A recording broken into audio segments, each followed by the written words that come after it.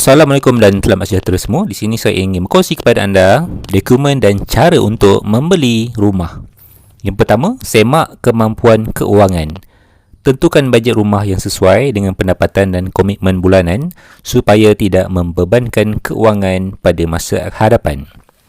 Yang kedua, sediakan dokumen peribadi iaitu salinan kad pengenalan IC, salinan penyata bank 3 hingga 6 bulan terkini, slip gaji 3 hingga 6 bulan terkini, penyata kredit SP dan borang EA jika diperlukan, dokumen perniagaan serta penyata cukai bagi yang bekerja sendiri. Yang ketiga, semak kelayakan pinjaman. Buat semakan CCRIS dan CTOS bagi memastikan rekod keuangan berada dalam keadaan baik sebelum memohon pinjaman.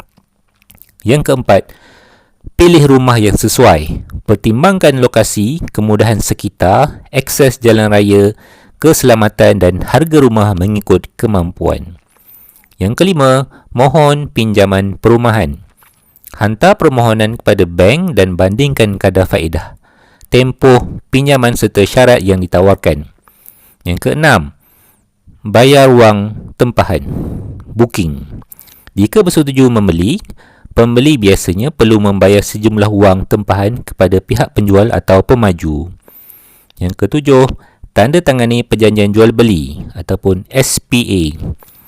Dokumen ini mengandungi syarat pembelian dan perlu diteliti sebelum ditandatangani. Yang kelapan, tanda tangani perjanjian pinjaman. Setelah pinjaman diluluskan, pembeli perlu menandatangani dokumen pembiayaan dengan pihak bank. 9. Bayar kos berkaitan iaitu termasuk yuran guaman, duty stamp, yuran penilaian dan kos lain yang berkaitan dengan urusan pembelian rumah. Yang ke-10, terima kunci rumah. Setelah semua proses selesai dan pembayaran dibuat, pembeli akan menerima kunci dan menjadi pemilik sah rumah tersebut. Tips, sebelum membeli rumah, pastikan angsuran bulanan tidak terlalu membebankan.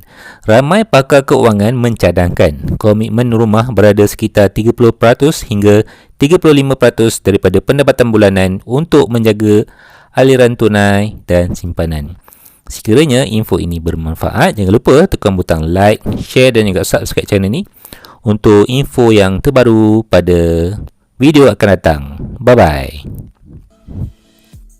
Jumpa lagi pada video akan datang. Tekan saja butang subscribe untuk info yang terbaru.